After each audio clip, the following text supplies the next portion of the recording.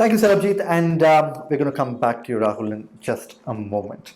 Now, the cloud computing paradigm has unlocked several benefits. And one of the greatest use cases was how businesses were able to ensure continuity and also develop resilience during the pandemic. The focus of our next panel discussion is around how businesses can leverage the hybrid cloud for greater business resilience. Now, to help us detail this, please welcome Rajesh Ramnani, the Director for Synergy India at VMware, and Srihari Dhandapani, Senior HCI Architect at Dell Technologies.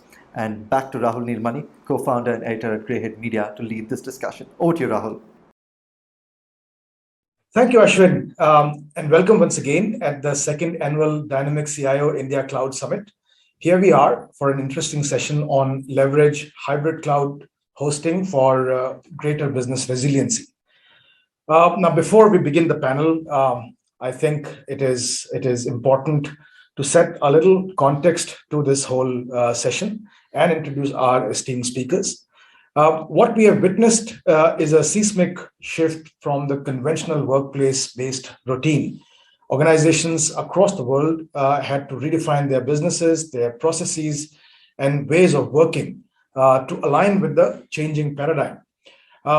Agility and efficiency came to the rescue of organizations that were looking for resiliency and wanting to continue their momentum and pace for growth.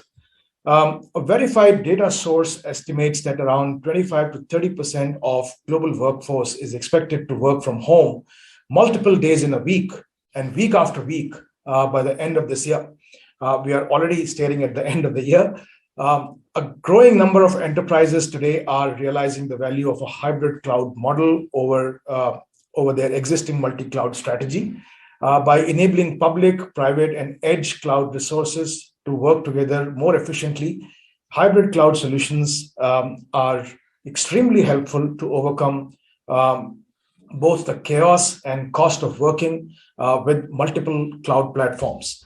The key objective in adopting hybrid cloud is the storing of different categories of data in the place where it is most effective. Latency is also key here. To successfully move to a hybrid cloud model, enterprises, businesses must find a solution that can integrate, optimize, and orchestrate all the individual elements within a hybrid cloud architecture. Now, that's a little background that I wanted to give, and to discuss this and more, I have with me Srihari Dhandapani, who's the Senior Hyperconverged Infrastructure Architect at Dell Technologies, and Rajesh Ramnani, who's the Director of Synergy Strategic Business at VMware. Welcome, Srihari and Rajesh. How are you doing? Thank you, Rahul. Doing good in these tough times. Thanks for asking, and thanks for having me here. It's a privilege. Absolutely. So, welcome to this session. Let me begin by asking Srihari the first question. For a lot of organizations, multi-cloud strategy remains a siloed approach. What are the challenges that you think they might be facing, and how does Dell come into the picture? How does Dell help them to meet those challenges? Good question, and thanks for the introduction. Right, I think you set the stage already right. No longer cloud is a destination for us. In these tougher times where we have seen a seismic migration of customers wanting to adopt cloud as a platform or more as an operating model. And with Dell and VMware's strong synergy, we are the ones who do not believe multi-cloud to be an endpoint, but rather we call it as a hybrid cloud strategy. We want to bring in both the worlds together, the landing zone of our on-premises infrastructure, where the data center and the workloads stays closer to the chest as far as customers' accessibility is concerned. And like you also rightly said, latency is a key thing here. So having the workloads put up, the sensitive workloads or performance-intensive workloads put up in a closest data center increases the potential of performance and decreases the latency. But again, as to speak, in a hybrid cloud architecture, it's about bringing the other world also jointly in nature. There are times where the customers we have encountered run seasonal businesses during the year end, like the time frame that we are living in now. Or there are times where expansion or elasticity is a requirement where with the so much of shortage of chips that we have, we don't want customers to wait around for months together for augmentation to happen. And those are the times where adopting certain workloads on a public cloud is a nice way to kind of bring it together. So as Dell and VMware synergy is concerned, it's all about bringing a hybrid architecture, but we do recommend customers to classify the type of workloads, which set of workloads that you want to keep it in on-prem, which are the set of workloads that you want to keep it in the hyperscaler. I'm sure Rajesh should be able to add in more from a hyperscaler's point of view as well. Yeah, so I'm very keen to understand from Rajesh as well. I mean, Sri, you have already set the tone and set the ball rolling how a balance needs to be created when businesses are looking at their cloud strategy. So Rajesh, hybrid cloud strategy in a multi-cloud environment, how to place their bets. What should you tell the organizations? Okay. First and foremost, thanks, Rahul, for having me here. And thanks, Srihari, for setting the stage up.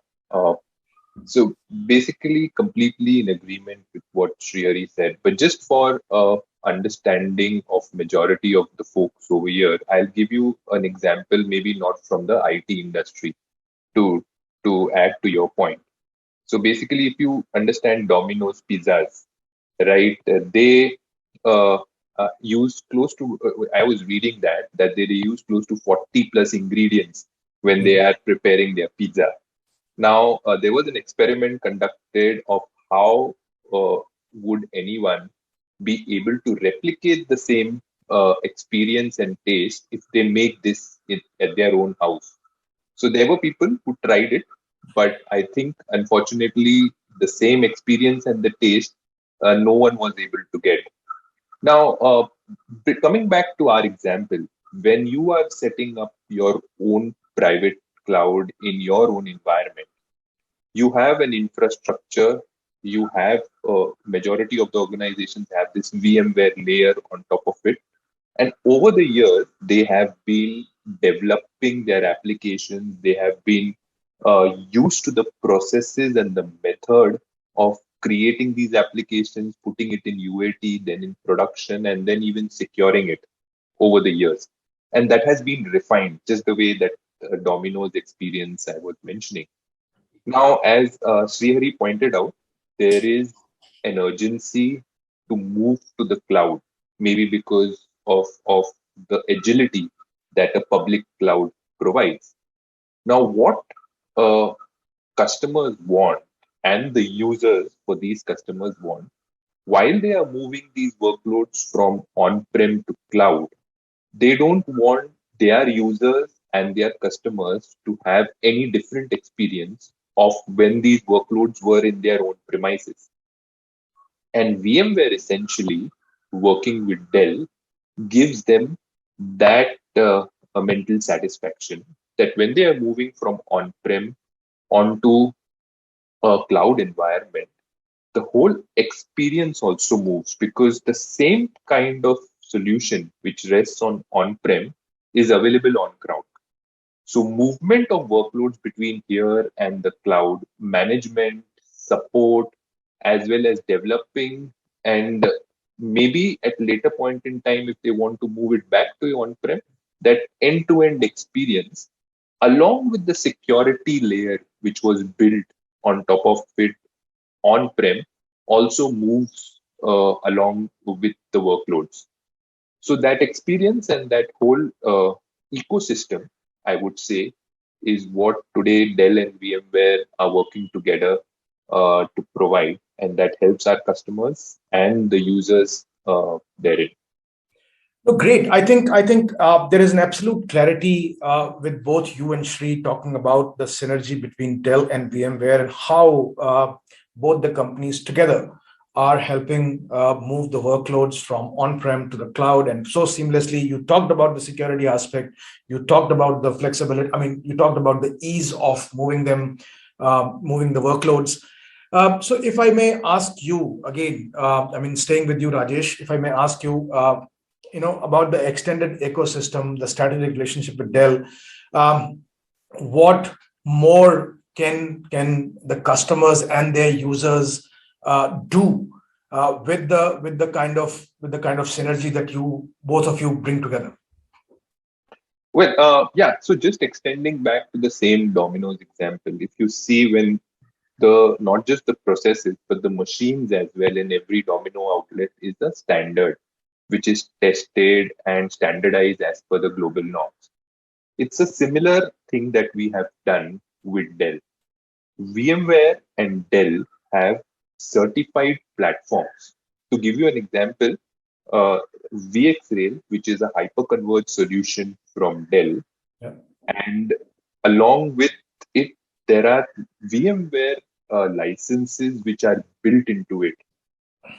And not just that, even the layer above, which is the private cloud software and the infrastructure on top of this VxRail system, everything along with the network is certified in the factory for ease of use, management, support. In fact, when customers adopt this solution, they don't have to go to VMware separately, to Dell separately. It's a single support experience that they get. And wherever they deploy this infrastructure, whether it is in their core office, in their branch offices, in nodal offices, or in their factories, the experience will be seamless. The management will be central. The support is a single number support. And at the end of it, what we have seen is reduced downtime for business, increased security. With the increased number of frauds that are happening online, all these become essential elements. And we, working with Dell today, are able to meet these customer needs and help them grow their business while keeping it secure. Excellent. It's already coming out as a winning strategy for the customers and subsequently their users. So Sri, if I play a devil's advocate from the user's side, from the enterprise's side, it would be very prudent for me to ask you, why do we choose Dell Technologies to manage the hybrid cloud? What's so special? So there are three aspects to it. The first aspect is, again, I would like to dwell more on the workload perspective, because ultimately it's the customers who are going to hear us speaking and conveying opinion. So it has to be more relevant for the listeners. The customers who are listening today are definitely concerned about what type of workloads that they are hosting. Now, there are times where still the older gen applications still exist. For certain aspects, the applications does not get refactored or does not get retired. At the same time, we are living in an era where AI, ML, and deep learning kind of application penetration has been extremely high, which means every customer's innovations happens with the developers who are working in an organization. They are the innovators of bringing product portfolio. So if you're going to give some direct bit of access to infrastructure, not just infrastructure as a service, I'm speaking in lines of everything as a service to the developers who may have control to move a test and development portfolio of the product that they are working on directly into a production without any seamless integration or any association that's additionally required, then the infrastructure operates independently and the developers get a bit of their hand onto the infrastructure because everything is given to them as a service. So in short, I'm speaking as container as a service is something that which is exponentially growing. So there are two kind of workloads that we can speak. One is the older legacy application that still exists, does not get faded away, and the new gen application that's coming in. Why would Dell kind of bring in a hybrid cloud of technology, and why Dell is specialized in managing this? It's got the capability, again, jointly with VMware, with the power of VMware Cloud Foundation, to bring both these set of extreme contrast applications to be orchestrated in the same layer of platform. I'm not talking about just execution of the applications, but orchestrating and bringing more level of automation. So the choice of application depends with the customer, but the way you want to manifest on the infrastructure as a service, or a platform as a service, or a container as a service, or everything as a service, could be a database workload or a VDI workload. Bring everything as a service, give it more as a commodity to an end user, something that Dell has mastered. That's reasoning one. The second part of the reasoning is now it's the time where the workload needs to be assessed and being made available, not just in your core data center, not also just in your cloud as a hybrid cloud. IDC has made a very, very large protection on the amount of penetration that's happening with the edge workloads, IoTs, right? So there's about 300 billion is what anticipated of investment is anticipated by 2023 just on edge workloads or edge implementations. Now, if you'll have to go back to the same conversation of workloads need not necessarily be available only with the prime core data center or being repatriated or floating across cloud, but also needs to be made available localized with the IoT kind of devices deployed in the edge locations or distributed locations. So Dell as an organization jointly with VMware has been specialized and mastered in making these workload placements available anytime, anywhere, and from any device in likes of VMware across core to edge to cloud. So it's a significant point of presence for customers to make a choice where they want to host the workload and from which device it can be accessed at what point in time. And that's why Dell's best at it. No, great. I will get back to you about how the users adopted this approach in the past couple of years that we have seen a lot of churn and disruption. I will get back to you, and also about the future roadmap if you can spell out. However, for now, Rajesh, somewhere you touched upon an aspect where user organizations, enterprises, there is a lot of demand for customizing the experience, the cloud-like experience on-prem. So what are you doing to cater to this need? What is VMware, Dell combined doing to cater to this need?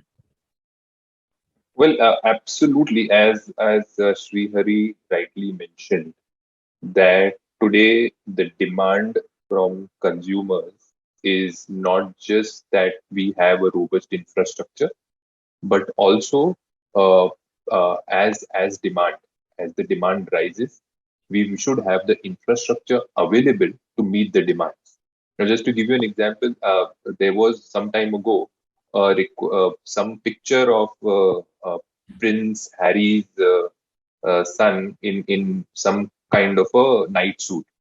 Overnight, the demand of that night suit went up so high that the company who was trying to manufacture them, their website crashed.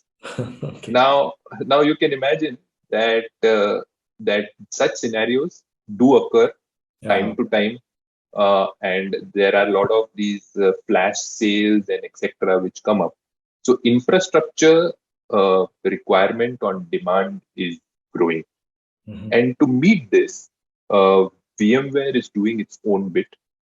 We are moving from a traditional license selling company to a more SaaS and a subscription based company. True.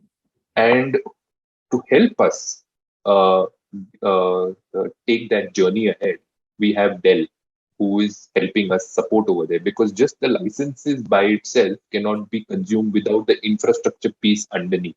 Yeah. So Dell and VMware, we have got together and we are providing a complete stack, not just the software which enables consumers to meet their requirements on demand, but also the infrastructure underneath, which includes the storage, the servers, the network, and everything state of the class gets deployed at the customer place.